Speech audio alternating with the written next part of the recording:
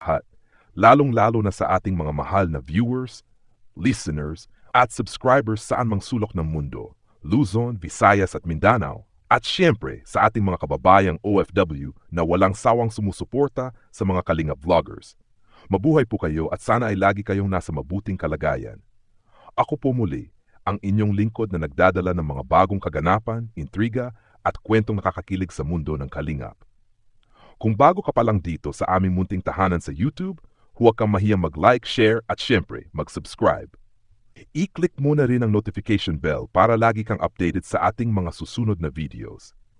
At syempre, full support tayo kay Kalingap Rob at sa ating ama ng Kalingap, ang nag-iisang Kuya Val Santos Matubang. At paalala lang po mga Kalingap kung maari ay no skip ads para tuloy-tuloy ang ating pagtulong sa mga nangangailangan. Tapusin niyo rin po sana ang buong video bago mag-comment para swak na swak ang inyong mga opinyon. Ngayon, tara na at pag-usapan natin ang usapang Fran Joy. Oo, tama ang dinig ninyo. Fran at Joy, ang bagong tambalang unti-unting umaangat at nagiging usap-usapan sa Kalingap community. Marami na agad ang kinikilig, pero marami rin ang nagtatanong, siya na kaya ang the one ni Joy? Baka naman love team lang. O baka naman, may something real talaga sa pagitan ng dalawa. Ayon sa mga insiders, yes, mga Prime Joy insider, todo obserba daw sila sa bawat galaw ni na Joy at Fran. Sila raw ay magkasamang dumating sa isang event at syempre sabay ding umuwi. Coincidence lang kaya ito o sinadya talaga?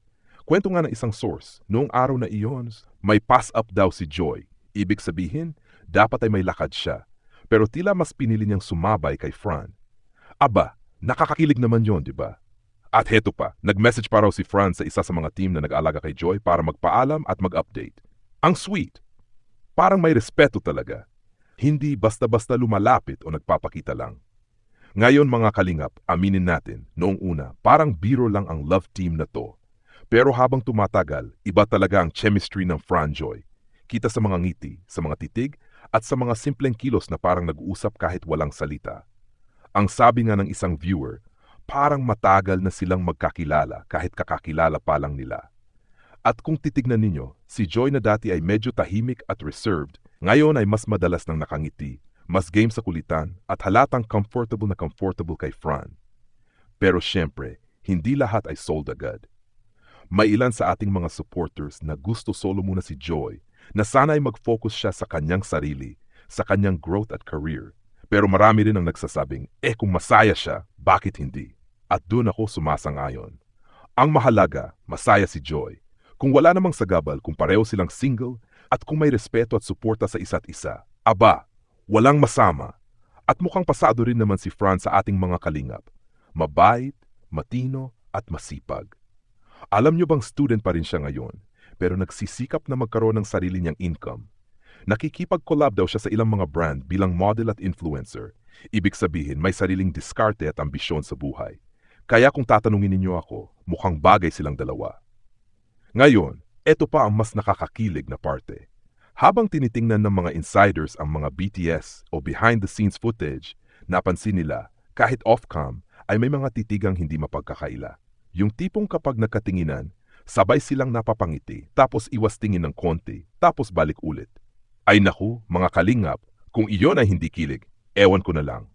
At may isa pang kwento mula sa kakilala ni Fran. Ayon sa kanya, matagal na niyang nakasama si Fran sa isang male pageant, ang Ginoong Dei 2024. At sabi niya kahit dati pa, magaan na raw talaga ang ugali ni Fran. Palabiro pero may respeto. Kaya nang makita niyang si Joy ang bagong ka-love team nito, hindi na siya nagulat. Kasi parehong light-hearted, parehong may sense of humor, at parehong may good vibes na pinapasa sa kanilang viewers. Kaya ngayon ang tanong, ito na kaya ang hinihintay na the one ni Joy? O isa lang itong sweet friendship na nauwi sa matinding kilig sa mga fans? Walang makakasagot niyan kundi ang panahon. At siyempre, sina Joy at Fran mismo. Pero sa ngayon, isang bagay ang sigurado. Ang tambalang Fran Joy ay nagbibigay ng saya, inspirasyon at good vibes sa napakaraming tao. Kaya mga Kalingap, patuloy po nating suportahan si Joy. Solo man siya o may ka-love team. Suportahan din natin si Fran dahil makikita naman natin na may respeto at malasakit siya sa mga nakapaligid sa kanya. At kung sakaling ito na nga ang the one na matagal nang hinihintay ni Joy. Aba, congratulations in advance. Pero kung hindi man, At simpleng partnership lang ito sa harap ng camera.